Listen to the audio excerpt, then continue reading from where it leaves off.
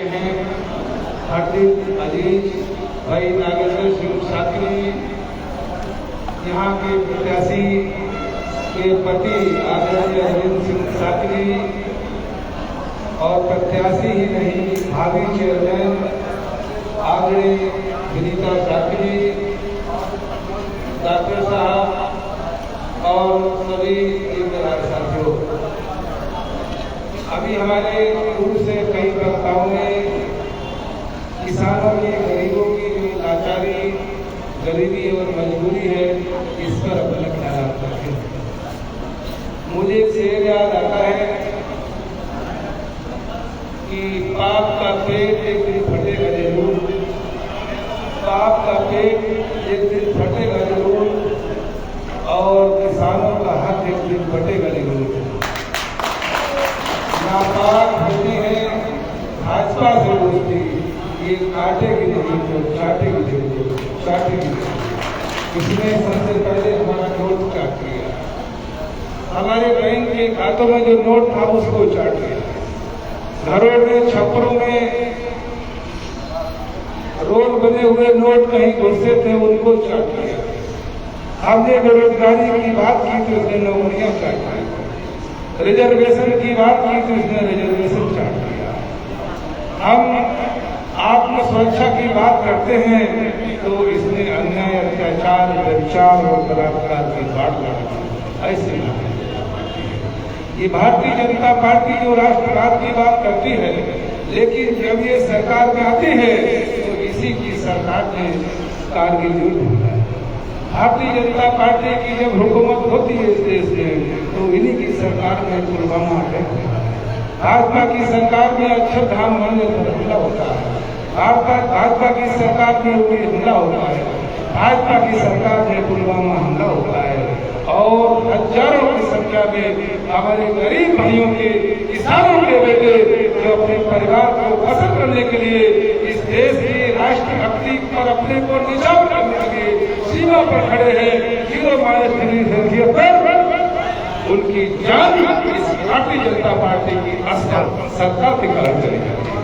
और उन जवानों को अगर किसी ने सम्मान दिया तो समाजवादी पार्टी के संस्थापक माननीय मुलायम सिंह यादव जी, मुझे गर्व है, सारे देश को फख्र है कि माननीय मुलायम सिंह यादव जी को जब इस देश में रक्षा मंत्री बनने का मौका मिला तो सबसे पहले उनका ध्यान हमारे किसान भाइयों के बेटे जो फौज, चाहे वो आर्मी हो, नेवी में हो, चाहे वो एयरफोर्स में हो, बीएसएफ हो, सीआईएसएफ में हो, कहीं भी हो, उनको सम्मान के साथ में अगर कहीं पर कोई दुर्घटना होती है तो घर तक पहुंचाने का काम माननीय नेताजी मुलायम सिंह यादव जी।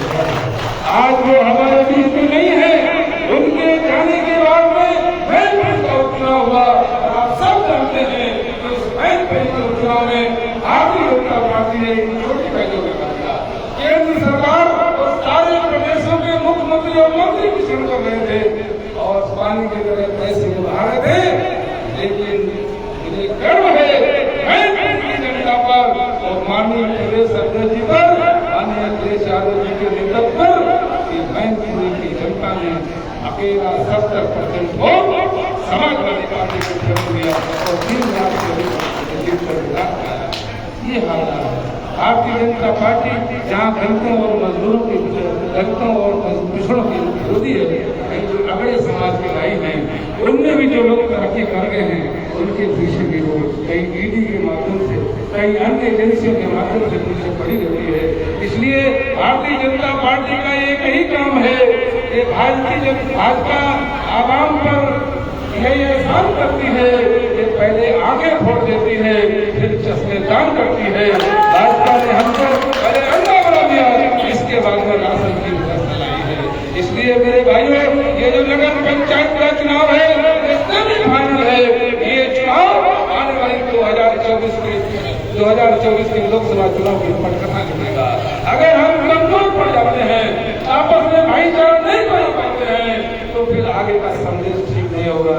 इसलिए हम सब भाइयों की जिम्मेदारी बनती है, हम आपसे अनुरोध करते हैं, आज माननीय अध्यक्ष जी के दिशा निर्देश के तहत हम लोग जो इस तैयारी से लगे हैं जो 2-3 दिन बचे हैं, इनमें पूरी शक्ति के साथ में और जो 11 मई का दिन आवे तो समाजवादी पार्टी की उम्मीदवार बहन विनीता शाक्य जी, जिनका चुनाव निशान साइकिल है, साइकिल पर बड़े पैमाने पर मतदान करके और विराट रूप से जीत कराएं।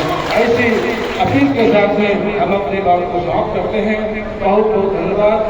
जय भीम, जय भारत, नमो बुद्धाय, जय संविधान। बहुत बहुत आभार माननीय मंत्री जी। अब मैं आह्वान करना